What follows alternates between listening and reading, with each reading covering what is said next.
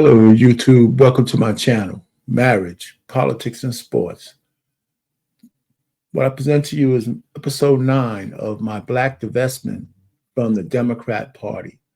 And this time, we're going to let the folks who are disgruntled about how the Democrats have used and abused us over the years say it in their own words that it's actually time for us to start to leave in mass, not just the men, because I think we're going to lead that, but also the women are starting to wake up. Our salvation is more conservative than the anything goes debauchery and all kinds of shit, that wokeism, all that kind of crazy stuff that's destroying the community. And then the immigrant crisis, taking the resources, the limited resources that we have, and then giving it to a whole bunch of strangers, even using word salad like they're migrants as opposed to immigrants. And most of them, a great deal of these immigrants are illegal. And in terms of criminal, all these men that's coming over here, we got a regular Scarface situation that could be, brewing in certain of these so-called sanctuary cities. And here's another thing. Biden, who I think is more racist than Trump, doesn't even talk to the black mayors that he's riding this open border policy on. He's giving money and time to Zelensky, but he won't even talk to the mayors of the biggest cities in America. There's more than a slap in the face. Why are we following these guys? Why do we? Somebody tell me, what the hell has the Congressional Black Caucus in the Democratic Party done for anybody? Just one watershed something.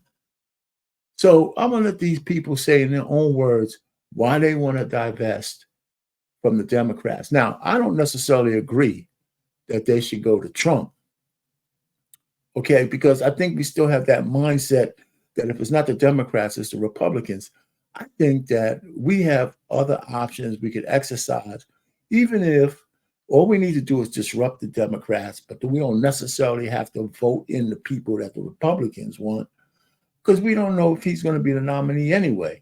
I think we should think a little bit more outside the box, that even if we blow an election or two, we should fully divest from the Democrats, even lead a third party of like-minded people, regardless of what their race is, and who want to bring back America to the greatness that for all of us, the melting pot that was supposed to be the great American spirit and experiment.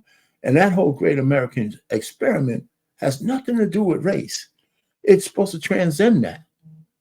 And so we got to get off of this, oh, we're blackity black. And if it ain't black, we need to do something bold. And race can't be a part of it, because we don't have just a race issue. The class divide is the most important thing that's going on right now.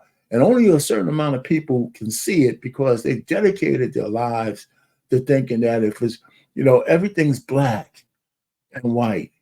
And if we can't get past that, we're going to lose. We're going to keep losing. Aren't you tired of just being identified as a black person? Aren't we Americans? Don't we bleed red blood? So that doesn't mean I'm not proud of being black. I am. But we don't have to lead with that. We need to break away from the goddamn Democrat and be independent thinkers. Do something bold. Lead the country into the future. I think we could do that, because it depends on what we're talking about. If we're only talking about race, then we're limited right off the jump. So I'm gonna let these people talk in their own words on why they want to divest from the Democratic Party, and I don't blame them. Now, I'm not committed for them talking about Trump, but it's just indicative of how fed up black folks are. Stay tuned.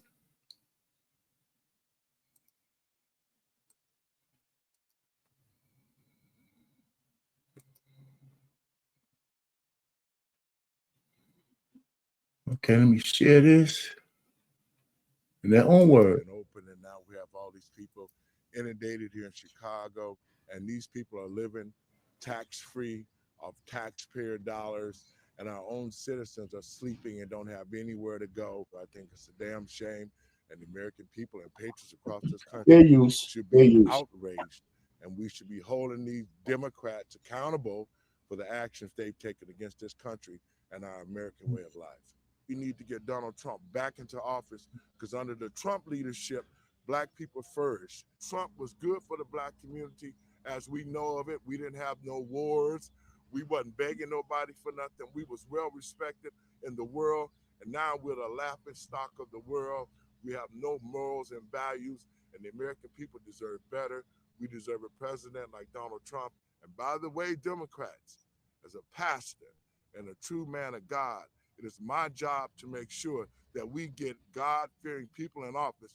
You will not come to Chicago and you will not celebrate the things that you've done, spit in the black community face.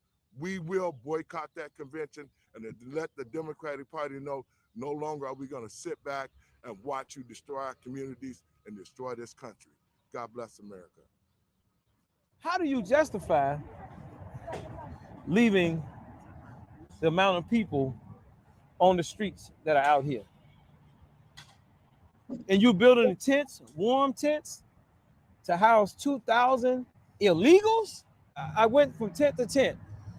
Some of these people are veterans. How do you justify people being homeless at this rate? We're seeing increased taxes. We're struggling to pay our mortgages. We're struggling to pay our bills. And we have thousands of dollars every month, millions of dollars, $500 million this year to support foreign nationals. And that's coming out of our pocket. It's going to people from another country, from foreign nationals. Those countries have to take care of their people. We just don't have the resources. You know, it's nothing against them, but we just don't have it. You know, we're struggling. This is government oppression at its finest. As a veteran myself, I just talked to a veteran in this tent right here. You know, we're seeing people who have given their all to their country, and we just cast them out by the expressway with the trash. This is unconscionable. And it's unconstitutional. Meanwhile, we have to follow every law. We can't go over the speed limit without getting a ticket sent to our house, but people can violate federal law, and we come in and roll out the welcome mat, give them our home equity, give them our sales taxes. They get the best of our schools. Meanwhile, some like 90% of black children are not reading, writing, and doing math proficiency, but they do it all under the guise of this fake diversity, equity, and inclusion nonsense. We just need to start voting differently. We need to start pulling ourselves out of these government institutions, starting with the public school system. We need to move on from big government and from the city of Chicago's political machine. Trump 2024? Trump 2024. This is taken away from American citizens, American children who are already struggling academically. You're going to bring in a new group of children, a new group of people, take those resources away from Americans to accommodate this new group of people. That is going to make the children going to fall further behind. Unemployment is going through the roof. Poverty, crime. This is going to impact our communities across this city to the point to where violence, murder, robbery is going to spike. Not just with Americans, but also with these people coming here. 3,000 illegal immigrants are living in this factory, almost a half a block long. And this is going to transcend into public housing. They keep saying that there will be no public housing for illegal immigrants. That's not true. So we pay to be homeless, basically, now as United States citizens. We're going to flip Chicago red. The Democratic Party is done in Chicago, and that's a fact. By summer, you think it's a lot of them coming in. You watch the uprising of red in Chicago. And we say, President Trump, come here and we'll walk you all through this city, and you don't have to worry about a protest. We send a message to the Democratic Party, Trump 2024. Make no mistake about it. For Trump 2024. Let me stop that right there. Stop sharing. And let's just finish this video off. Because I tell you, it's time for us to move on. It's way past time. And we got to get over our fear. We got to get over this bullshit that they're talking about, that If we're not victims, we can't move forward. We need to end the madness. We need to move forward. We need to break away from the Democrats. We need to do it not only in Chicago, in New York, in every city where there's blacks being disrespected by Biden and his puppet, Kamala Harris, and everybody else. We need to break away.